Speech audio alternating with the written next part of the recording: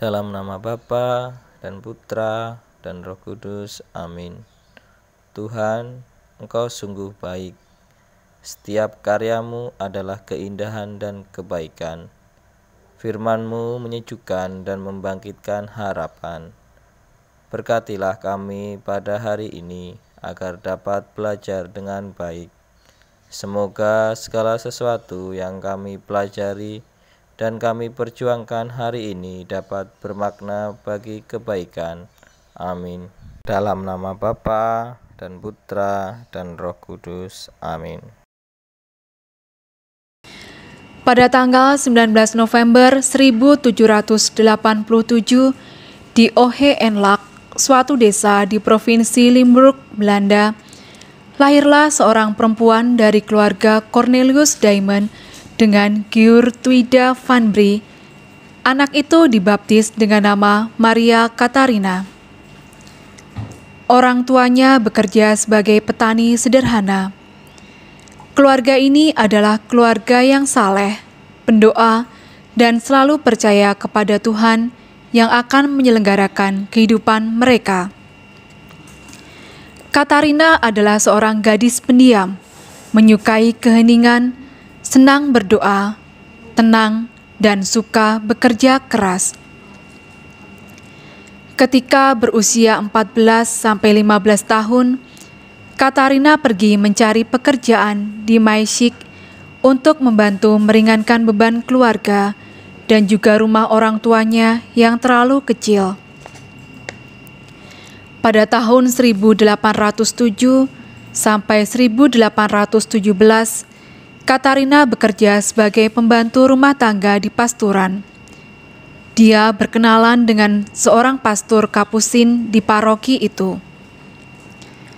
Pada tanggal 12 Oktober 1817, Pastor Kapusin mendirikan perkumpulan Ordo Ketiga Sekulir. Katarina menjadi salah satu anggota pertama. Katarina mengucapkan profesinya sebagai suster disaksikan oleh Pastor Eleutherius. Sebagai anggota Ordo Ketiga Sekulir, ia mendapatkan bimbingan rohani dari Pastor Kapusin. Katarina lalu bergabung dengan para wanita yang menamakan diri Maswir. Para Maswir berhasil membimbing anak-anak jalanan. Pastor van der Zan tertarik melihat cara hidup mereka. Ia meminta 2 tenaga untuk bekerja di paroki Haetuschen.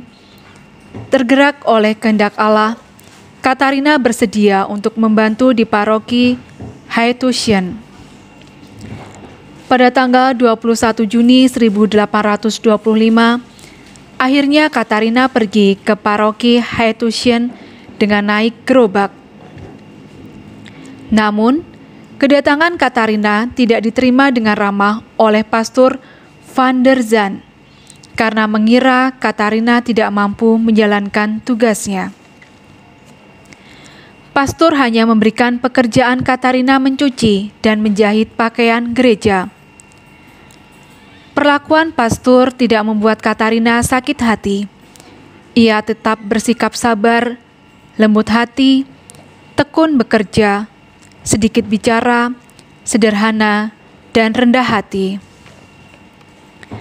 Pastor van der Zan melihat ternyata Katarina rajin bekerja dan percaya pada penyelenggaraan ilahi. Maka ia menyewa sebuah rumah untuk Katarina. Ternyata banyak anak-anak yang tertarik kepada Katarina karena sikapnya yang saleh, sabar, tekun, dan cara hidup yang pantas diteladani. Ia rajin bekerja mengajarkan anak-anak menjahit, merajut, dan juga berdoa. Lama-kelamaan, jumlah pengikut Katarina semakin banyak. Dengan ketulisan hati dan pengharapan yang kuat, Katarina pergi ke Liege dengan berjalan kaki selama 12 jam, memohon izin mendirikan biara kepada Bapak Uskup. Uskup menolak permohonan Katarina karena dianggap tidak mempunyai pendidikan dan kemampuan yang cukup untuk memulai suatu cara hidup yang sungguh besar. Tetapi dengan lembut, Katarina menjawab, "Bapak Uskup, ini bukan pekerjaan saya. Itu pekerjaan Tuhan, dan Tuhan sendirilah yang akan menyelenggarakan." Meskipun permohonan belum dikabulkan, Katarina tidak putus asa. Malahan, mereka lebih meningkatkan doa, kurban, karya, dan pengharapan. Mereka sangat yakin bahwa Tuhan berbicara kepadanya dan Tuhan pasti akan mengabulkan doanya. Syukur permohonan dikabulkan oleh Bapak Uskup.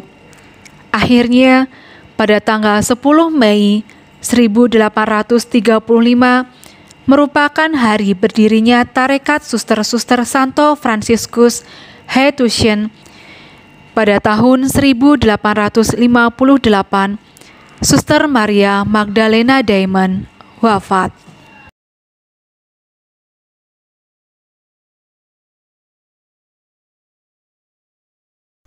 Dalam nama Bapa dan Putra dan Roh Kudus. Amin. Bapa yang Maha Kasih, kami bersyukur karena Kau anugerahi kesehatan yang baik. Hari ini kami belajar untuk bekerja dengan baik. Bantulah kami yang ingin lebih bertanggung jawab dalam belajar dan melaksanakan tugas. Semoga Engkau menanamkan sikap yang lebih banyak bekerja dan sedikit berbicara untuk menaburkan kebaikan bagi sesama. Amin. Dalam nama Bapa dan Putra dan Roh Kudus. Amin.